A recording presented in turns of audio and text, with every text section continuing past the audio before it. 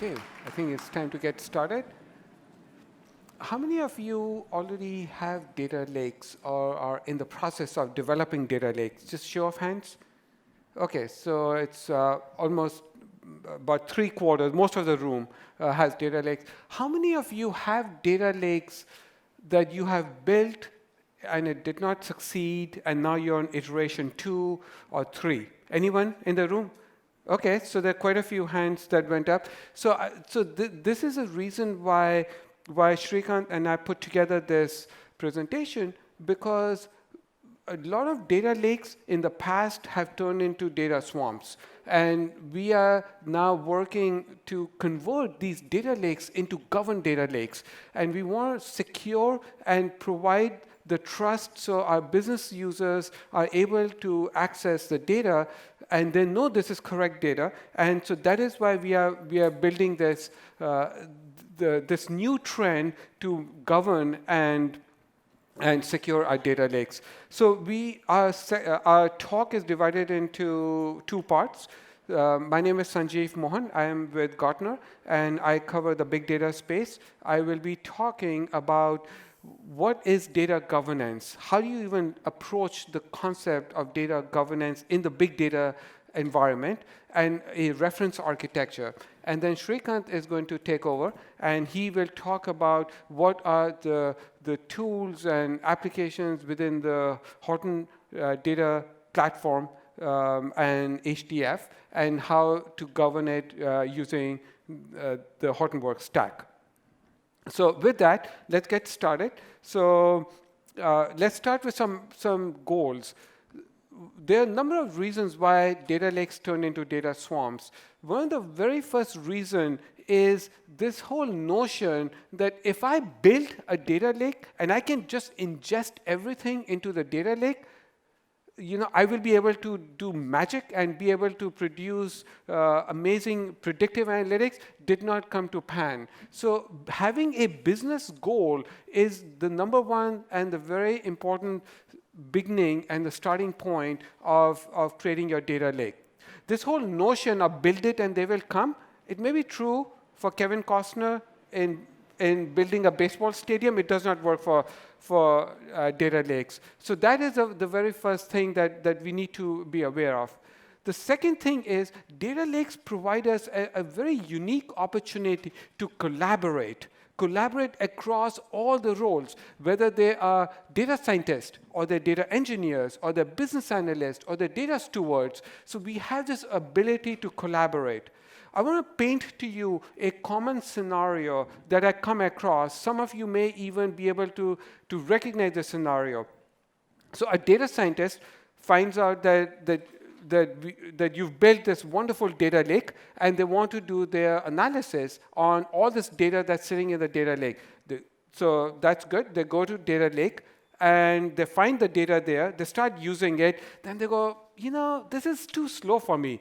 So I'm just going to make a copy of it onto my laptop, because I love running my RStudio on my laptop, or I like my Zeppelin or Jupyter notebook. So I'm just going to make a copy and do my own analysis. At this point, 3 things have gone wrong. One, the data has left your firewall. So that's a big issue.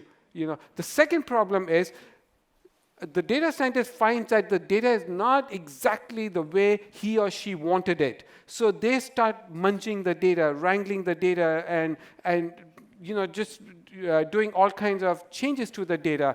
At this point in time, there is no guarantee that the way they have cleansed or prepared the data is exactly similar to what the next data scientist has done, so we've lost consistency. The third and the biggest problem is there's no lineage. Now, we know that there's a lot of emphasis on being able to reproduce how the work was done. So losing this lineage is a very big problem at this point, because we have no idea what the data scientist did on his or her own laptop. So we as the guardians of data, we as a data advocate, we have a big responsibility to make sure that we provide our end users with trusted data. One of the biggest problems that I've run into is the fact that companies tell me that they built machine learning models in a month or 2 months, and they've been sitting on it for 11 months, 12 months, 2 years, and they cannot put it into production because they cannot trust the data. So we as data advocates have a responsibility to provide our business users with a trusted data lake which is governed, so they can then confidently use that data. And we also have the responsibility to provide a scalable infrastructure so that grows with our business users.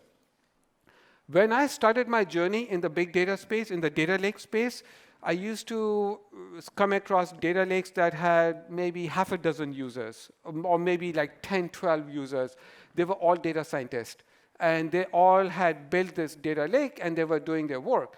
Then, all of a sudden, I started seeing this trend that suddenly people started having hundreds of users. Then it became thousands of users. Now I commonly hear, I want to put my entire company on this data lake. How do I do it? So it's IT professionals' job to enable the infrastructure which is trusted, so then our business users can do their advanced analytics or business reports. Now, if that's not enough, we also have to deal with compliance. So GDPR finally came into enforcement just less than a month ago, May 25th. It came into enforcement. GDPR is very, very unique. We've had compliances and regulatory requirements for a long time, but what makes GDPR so interesting is that the penalty of not complying is now very severe. And this is what is driving businesses to make sure that they are GDPR compliant.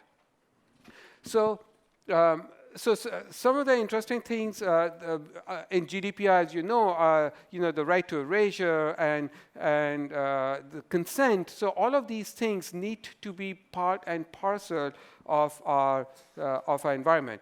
I want to share with you a very interesting graphic. This is from our friends at AtScale, and they have a booth in the expo hall.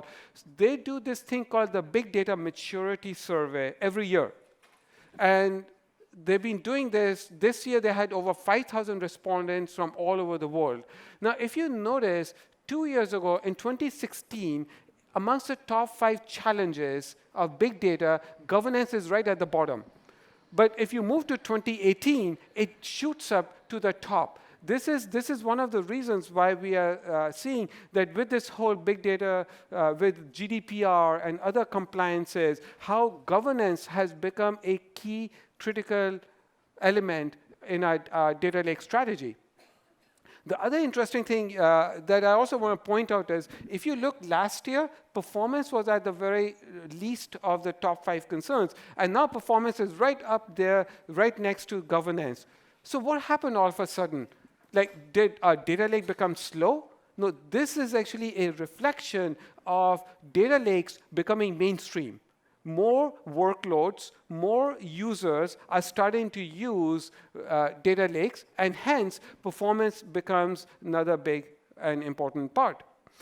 We are not going to spend time talking about performance. This talk is governed more, or this talk is directed more towards data governance. So let's see, what is data governance? So let's define data governance. The problem with this topic of data governance is that there are no clean boundaries around it. I can put a clean boundary around Hive or HBase, and I can say, this is what my database or this is what my data warehouse does. But the problem with data governance is you talk to 5 different people in a room, and they will all have 5 different definitions. So what I did was I created this framework. This is a framework that encompasses everything that I need to do from the point of ingestion till I consume the data. Some of the boxes you will recognize because they are very common. We've had some of the boxes for a long time, but some are new. Data profiling, we've had data profiling for a long time, but we were mostly profiling structured data. We would profile the data, we would find out what is the schema name, what's the table name, what's the column name, what's the data type, what's the min value, the max value, plot a histogram. But now we're getting more and more use cases where people are telling us that I'm ingesting data from a help desk system. In the help desk system, I've got somebody entering the resolution in free text, and I want to do sentiment analysis. How do I profile that data? You see, so our challenges have gone up because now we are dealing with structured data, we're dealing with semi-structured, with unstructured data. Once I profile my data, then I have a new problem to solve. You see, you all know that data lakes are schema on read, right? So we've moved away from schema on write to schema on read. I'm ingesting data from many different sources. I don't have a common schema. So data classification becomes a very interesting problem to solve, where I am providing a semantic meaning to my data. I'm classifying my data. I may classify my data and I may say this data is PII. It's sensitive data, and hence it needs to be protected. I use these tools to discover my data, and I may say that I'm getting data from 2 or 3 different systems, but this particular ID, which is different in different systems, is all claims. So I'm going to tag it. So the process of creating a tag is what I do in classification. Now, we talked about lineage. We're doing all of this for lineage. And then we need to prepare the data. So data preparation, also known as data wrangling or data munging, is a relatively new area. It's self-service data preparation is what we call it. So this is making sure that before I can do my analytics, my data is ready in the right format. Everybody agrees this is how the data should look like. I could have different units of measures. I could have telephone numbers with parentheses, with dots, with no separators. So I want to make sure that I prepared my data before I handed it off to my business users. Behind the scenes, metadata is a glue. So metadata has become more than, we've all known what is the definition of metadata. Data about data, but it is a lot more than that. We are now collecting metadata, and I'll show you in a few minutes what are the different types of metadata. So metadata is a clue. When I collect metadata on my information assets, and I index it, make it searchable, I get a catalog. Catalog then becomes the entry point to my data lake. So a catalog becomes a very important piece of this equation, and we will go into more details about that. Master data management has been done for a long time. Now with data lakes, we have an opportunity to extend master data management to disparate data sources that are being consolidated inside data lake. So it gives a new life to master data management. Archiving, retention, extremely important pieces, especially with GDPR, the right to be forgotten. We need to apply policies and be able to identify users so we can forget them. The problem that we are running into is you may have the right to be forgotten as one of the key things in GDPR, but how do you forget somebody if you don't know who they are? Because they've got different identities in different systems. So that's why data lakes are being used to do MDM and then apply the retention policy. Now, we also have to ensure that at the very last lane, we talk about data security and data privacy. And today, when Shrikant takes over, he's going to spend quite some time talking about the Hortonworks stack and how security and data privacy become a key component of that. One question I get quite often is, you talked about compliance, you've talked about governance, isn't it the same thing? So I wanted to clarify that these are two very different things. If you are driving down a highway, let's say 101 or 280 here, and the speed limit says 65, that is your maximum speed limit. If you don't comply to that, then you run the risk of getting a ticket. That is compliance. But if you've ever driven in Germany on an Autobahn, most Autobahns don't have a speed limit, but they don't have accidents happening. because what they are doing is governance. Governance is what you do on top of compliance. Compliance is what you have to do because it's mandated by some external body. What you do on top of that, how you change lanes and how you do defensive driving, all of that is examples of governance. So we're talking about both governance and compliance. Yes, we have a question? Okay.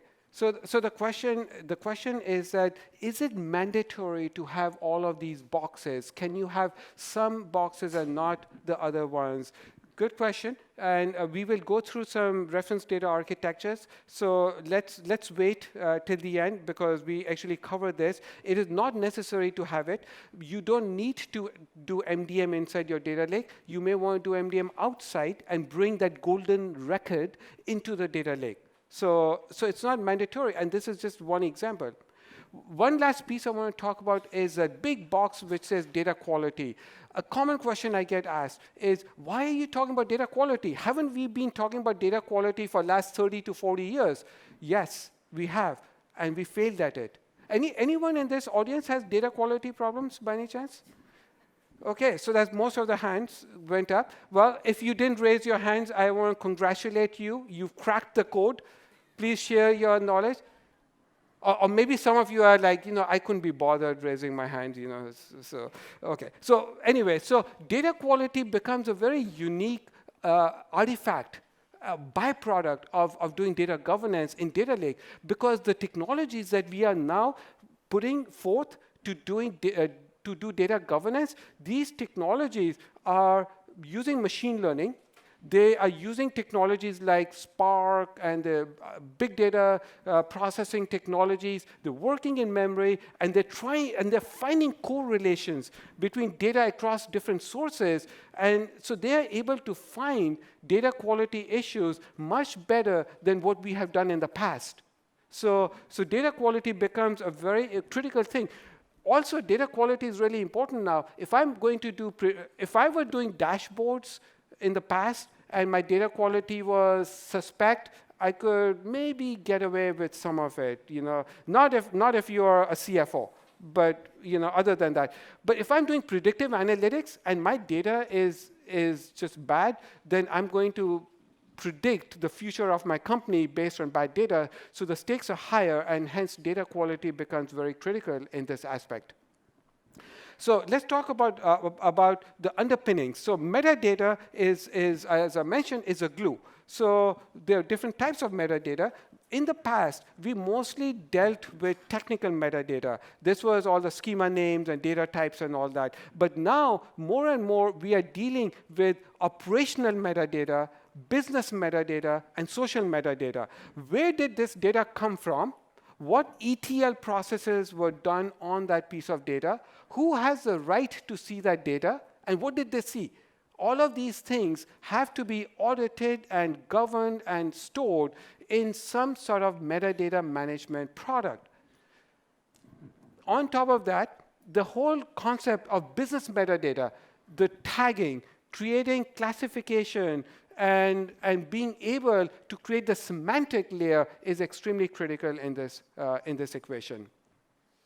Why do I need? Can we hold the questions till the end? I'm sorry. Okay. So the other thing that we have to also do is we also have to make sure that we capture why are we capturing metadata? So we can do lineage, we can do relationships. Why are relationships important? Because I'm getting data from multiple different sources, and then I may have multiple different downstream systems. So how do I do impact analysis? If something changes in the source, how do I know that appropriate changes need to be made in the downstream systems? Also, mapping the business processes, the consumption, and optimizing it to the data elements becomes extremely critical in our environment. Okay, now I want to paint you this very interesting use case about data catalog. So what is the purpose of data catalog? Now imagine the organization you work for either gets acquired or acquires a new company. Let's say you're part of IT, and you find out that a new data set needs to be onboarded. So these are the kind of challenges we are facing. Or let's say you're part of the business, and you hear that there's this wonderful data lake in my organization, and you say, I want to be in. I want to be part of this data lake. I have my Salesforce data, or I have some historical data sitting here, contracts which are sitting in PDF files. I want to bring it into the data lake so I can do some advanced analytics. So you go to your IT person and you say, hey, I have this data. I want to bring it into the data lake.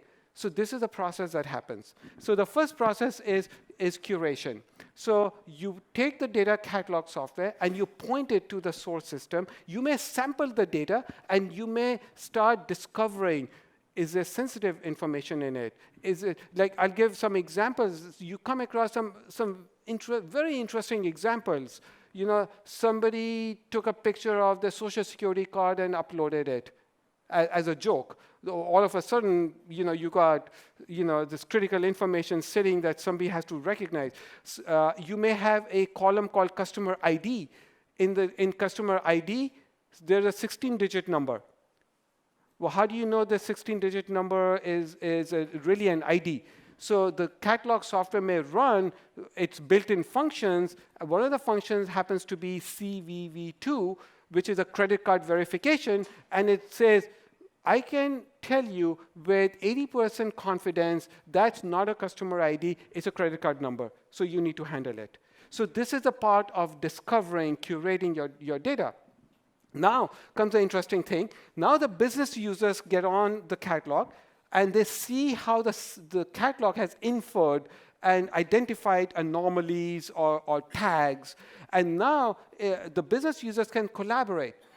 One of the problems with data quality is we may never get 100% data quality. But if we can crowdsource and the business people can say, yes, this is correct information, so confidence is 90% here, but we don't have a consensus on what is the right value for something else, we can bring the value down, the confidence level down. The point is that the business is collaborating, crowdsourcing, and they're agreeing on the right confidence level for their data elements. Now, at this point, you've curated your data. Everybody can see the data through the catalog. So now the business analyst says, OK, are we ready? Are we home? Can I now start doing my analytics? So the business user goes and clicks and starts building a report using, let's say, the claims tag. And the business user gets an error. Why did that happen? Because remember, we just onboarded this piece of data. That business user does not have access to that data. So what the catalog is going to do is it is going to kick off a workflow, which will go to the data steward. And the data steward will get notified that a business user is wanting to look at this data and run queries. Do you grant access? And the catalog may say, yes, we grant access. Now the business user is ready to run their reports. Now the interesting thing is that behind the scenes, we can open a ServiceNow ticket, a Zendesk ticket, or we can do all kinds of operational pieces as a part of this process.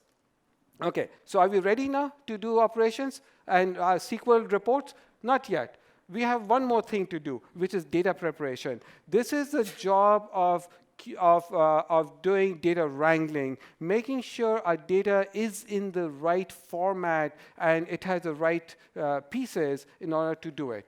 So at this point, we may actually create a TDE, a Tableau data extract file. We may create an Excel output.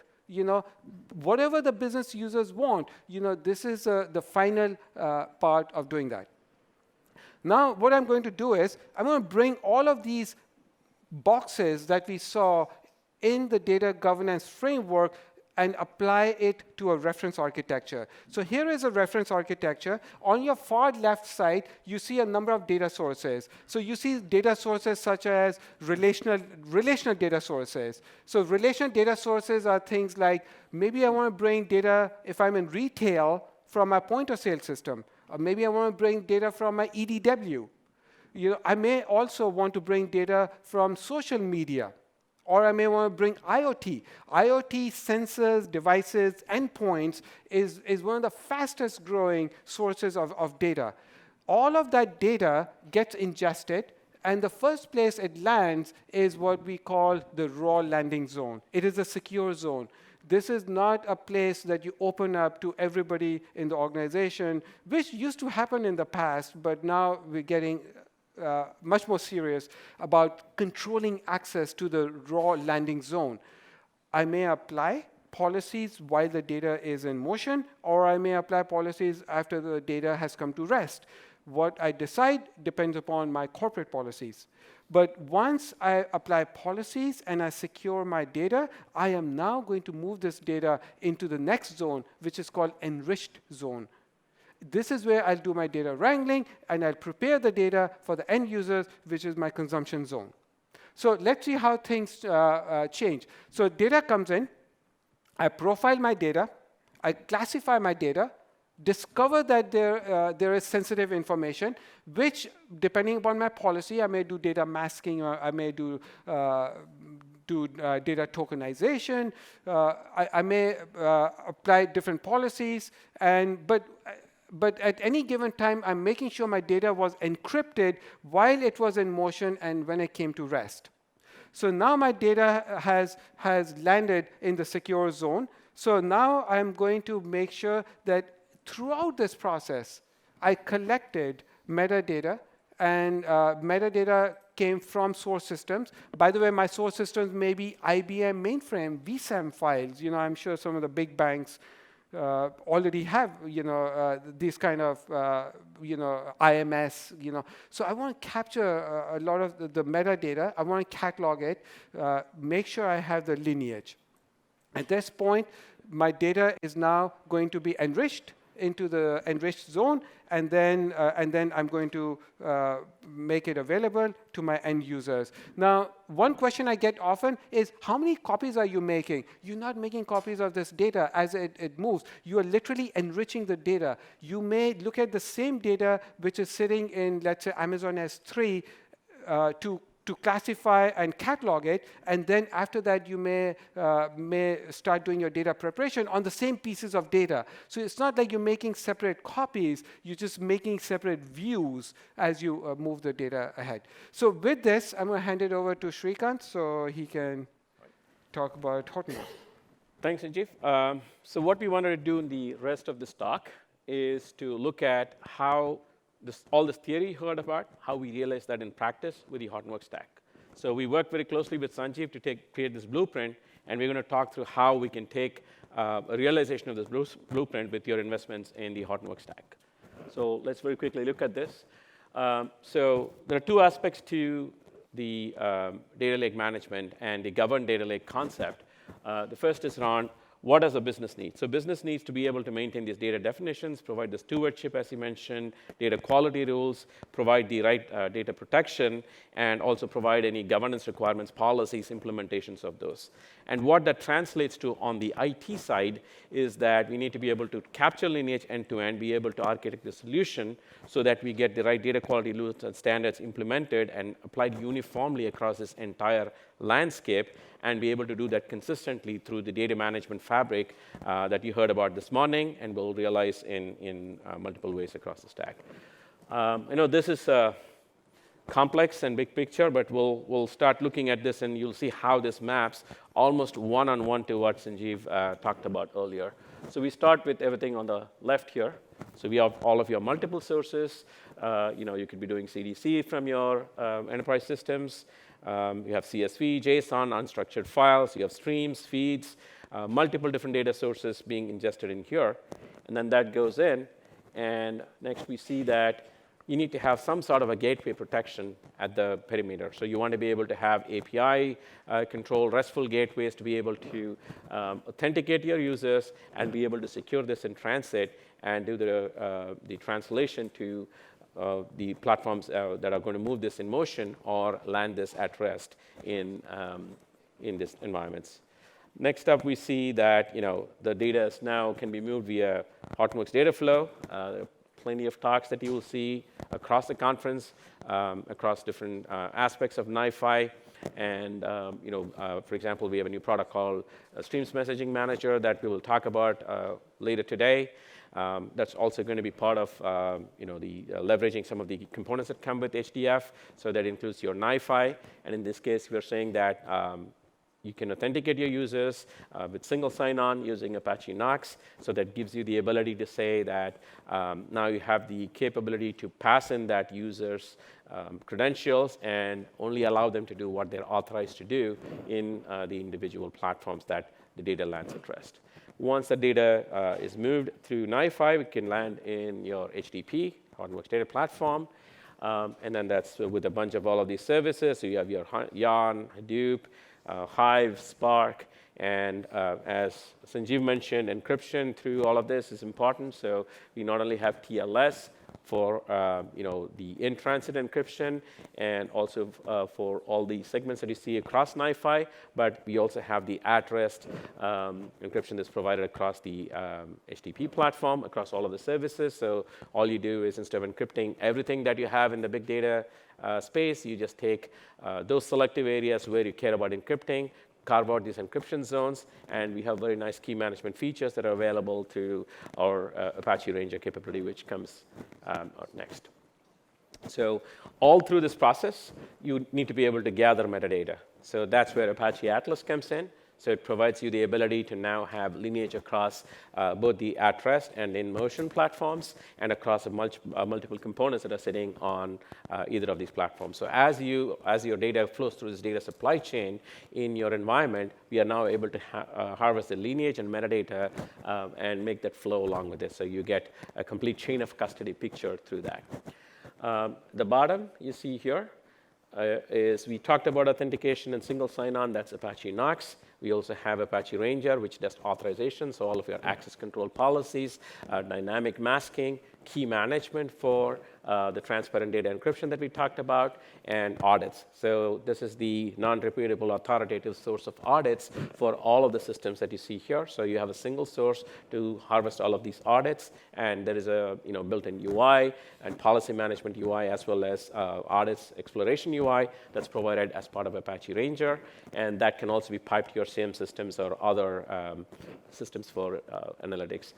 The other key thing here is that you also have some notion of your enterprise users, roles, and the boundary of who can do what. All of that needs to come from some of your enterprise sources, such as your LDAP and directory services that you see here on the far left, to my left at least. And then you see on your data scientists and your other users trying to access through a variety of tools, data science notebooking type of tools, or maybe even BI types of tools. These can go through, again, the central authentication framework, and then they can go to the individual services, be it Hive or Spark or whatever they're using in the at-rest platform. We've also recently introduced the Hortonworks Data Plane service, which you heard about briefly that Arun and Rob talked about this morning at the keynote. That gives you this common fabric. It realizes what was mentioned as a fabric as part of the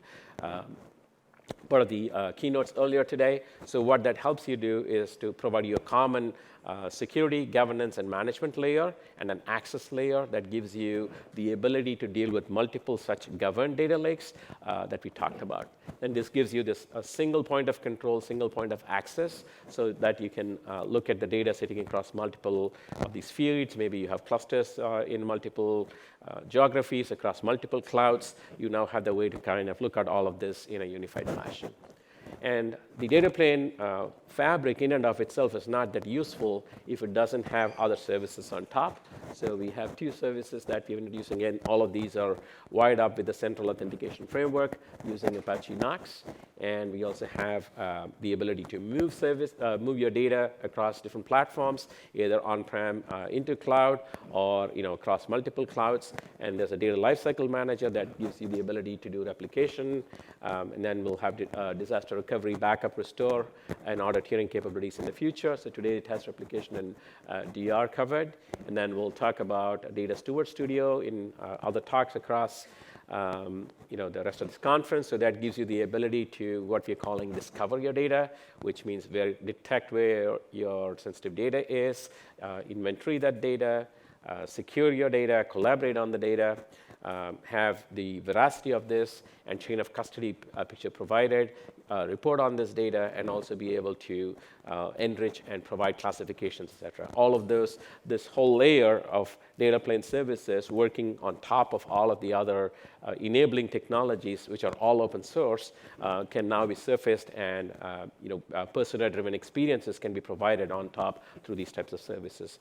The data plane, the entire things that you see up there in terms of data plane, data store studio, DLM, the data lifecycle manager, are all open source. They're going to be, you can look at the code, you can look at enhancing those. So these are all going to be part of it. Although they will not be Apache 2 projects, they will be Apache license projects, AGPL license projects. So you will get the same open source feel and the ability to extend those to other platforms and for other use cases. So this kind of represents our view into how we are taking what Sanjeev talked about in terms of a governed data lake and stitch that together. Then the other part of what we want to cover here is what are some best practices around how do you set up these data lakes, and how do you get trusted data from all of these different disparate sources in a single place. So there are a few pointers here in terms of what we consider our best practices. So the first concept that Sanjeev already pointed out is to deal with both structured and unstructured. Make sure that you have clear demarcation of what may be raw and what may be prepared forms. Make sure that you have the right sourcing, the provenance information, and the derivations. And to some extent, if you're using tools like Apache Atlas and NiFi, Apache NiFi, you do get some of that provenance information. You get the chain of custody information built in for you. But there are those are key considerations as you build out your data lakes.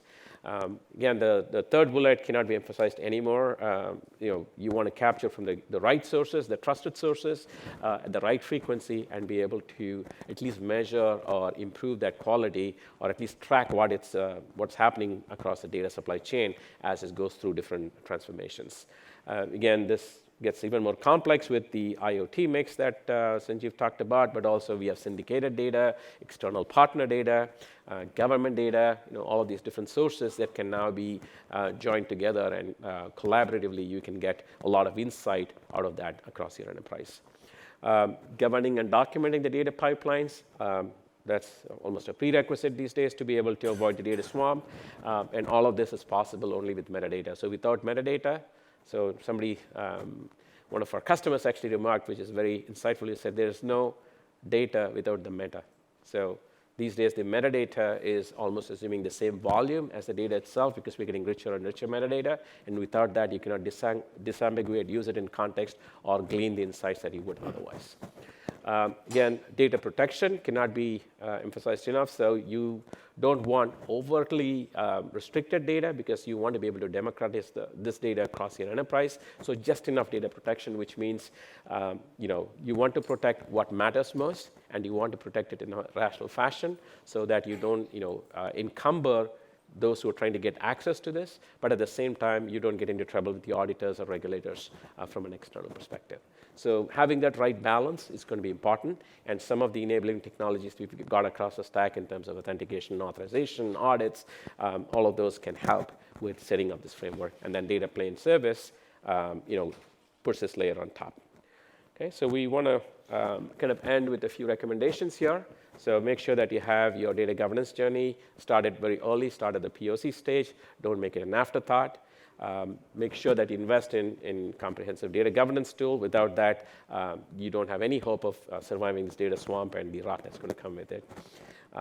And trying to get to the insights and use cases around those. Make sure that you have the right demand and add the use cases over time. So start small and expand those out in terms of how you build out these cases.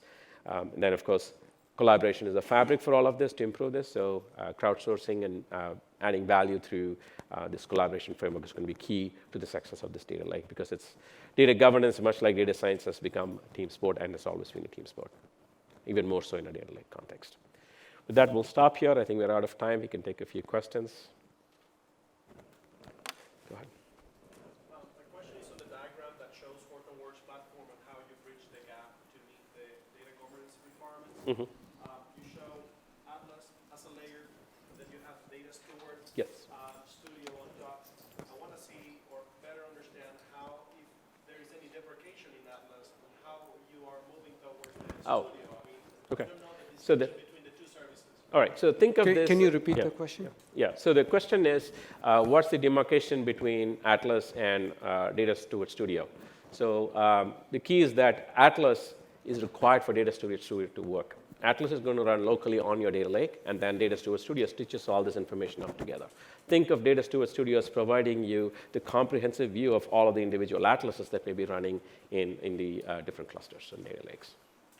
Okay. I think they just called. We are out of time, so we can take the questions. Outside. We're going to hang around a little bit. Okay. Here. Thanks, everyone. Thanks for Thank attending. you. Thank you.